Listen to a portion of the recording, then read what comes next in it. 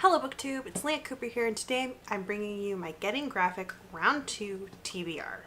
So, for those of you who don't know, Getting Graphic is a one-day readathon where you devote essentially a 24-hour period to reading graphic novels. Now this challenge is run by Elena from, I believe her channel name is Elena Reads Books, and Kitty from Kitty G. I will leave links to the announcement videos that they did wherein they go into all the details about the challenges for this round of the readathon. I won't really be participating in any of the challenges. When I saw that round 2 was coming up, I kind of already had in my head a selection of graphic novels in mind, and none of them really fit the challenges. I do have a black and white graphic novel, which is one of the challenges, but you know, I'm just not going to worry about the challenges. But if you are at all interested or you just want to know more about the event, then go ahead and head over to one of their channels. So round 2 is going to be not this Saturday. I think this video is going to be going up on a Saturday, but the following Saturday. It's like the 16th or the 17th. I will leave the specific date in the description bar down below. Let's just jump into my TBR. One I've already mentioned in my June TBR is nchgirl. Now, this is a graphic novel about a supervillain named Mariposa who's described as a supervillain with a heart of gold. It looks really cute, sounds really cute, and it's a new release, so I'm really excited to read and review this. The next thing on my TBR is Trillium by Jeff Lemire. You might recognize his name. He is the guy who wrote Descender, which Descender Volume 2 has been making a little bit of buzz because it was nominated for the BookTube Best of Awards. I read Descender Volume 1, really enjoyed it. Have not had a chance to read Descender Volume 2 because it's not in my library, but this was.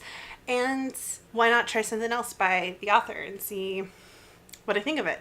Also, I discovered when I was looking in the front cover is he also does the art for this, which is kind of crazy because it's, I mean, the cover, you can see that, then this is the back cover, you know, here's the front, here's a spread. It looks really nice. According to the back, it says, pursued across space by a sentient virus on the verge of wiping out humanity, Nika searches for the rare flower Trillium that is purported to cure this dreaded plague. Scarred and haunted by the Great War, William searches for the fabled Incan temple that he hopes can give his life meaning once more. So I think it's like a dual story, probably somehow converges, maybe some archaeology or some magic and science involved, not really sure, but you know, it looked kind of interesting, and I'm hoping I like it as much as Descender Volume 1.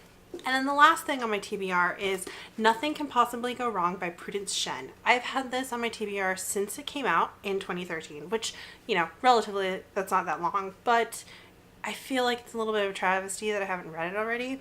Prudence Shen is one of my favorite fanfic authors of all time. She is hilarious, and she always writes stories that are both emotionally poignant and just side-splittingly funny. And so I'm pretty sure that even though this is not my usual genre, it takes place in a high school. It's about two friends. One of them's a jock, one of them's a nerd, and they come into conflict when there's like a school election and one of them is elected president, and there's some sort of competition over funding for school clubs, and they are on two different sides of, you know, the funding issue. And so I'm not usually like a person who really wants to read anything about contemporary high school life, but I trust Prue to be funny and interesting and to tell a great story. So I'm really excited to read this one. This is the one that's in black and white. So technically this does fulfill the challenge to read, well actually technically this fulfills the challenge to read something in black and white and also to read something outside your usual genre. Like I said, contemporary high school, not my usual genre. So that's my TBR. It's not too long, but I think it's going to be a really great one. I will be participating on the West Coast North American, so Pacific Standard Time, hopefully early in the morning till, you know, relatively late in the evening. If you want to follow me on Twitter, I'll be posting like updates and my thoughts on the graphic novels via Instagram/Twitter. If you have any graphic novels on your TBR that have been languishing, or if you've always been looking for an excuse to kind of jump into the graphic novel game, I highly suggest you check out this readathon. use it as a Kickstarter, you know? Let me know if you're participating in the comments down below. If you've got a TBR video, I will totally go check it out. Just, you know, tell me that you've got one. And yeah, see you guys in my next video.